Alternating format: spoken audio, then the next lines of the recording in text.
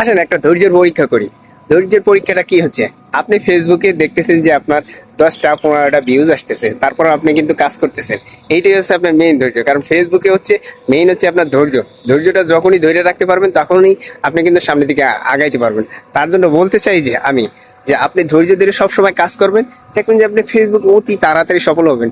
আর এটার জন্য আপনার যে টাইম দিতে হবে বেশি না, আপনি একটা অবসর টাইমে বা আপনি যেটা ফ্রি আছেন, যে পার্ট টাইম একটা যে আপনি ঘুরে বেড়াবেন, মোবাইলটা চাপতেছেন, তখন একটা ভিডিও বানান, হালকা পাতলা একটু কমেন্ট করেন, রিপ্লাই কমেন্টটাই করবেন বেশি, দেখবেন যে আপনি কিন্তু অতি তাড়াতাড়ি সামনের দিকে আগাইতে পারবেন। আসেন একটা ধৈর্যের পরীক্ষা করি। ধৈর্যের পরীক্ষাটা কি হচ্ছে?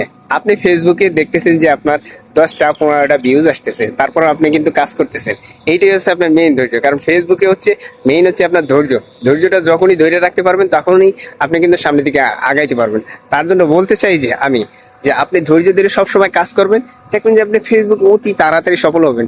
আর এটার জন্য আপনার যে টাইম দিতে হবে বেশি না, আপনি একটা অবসর টাইমে বা আপনি যেটা ফ্রি আছেন, যে পার্ট টাইম একটা যে আপনি ঘুরে বেড়াবেন, মোবাইলটা চাপতেছেন, তখন একটা ভিডিও বানান, হালকা পাতলা একটু কমেন্ট করেন, রিপ্লাই কমেন্টটাই করবেন বেশি, দেখবেন যে আপনি কিন্তু অতি তাড়াতাড়ি সামনের দিকে আগাইতে পারবেন।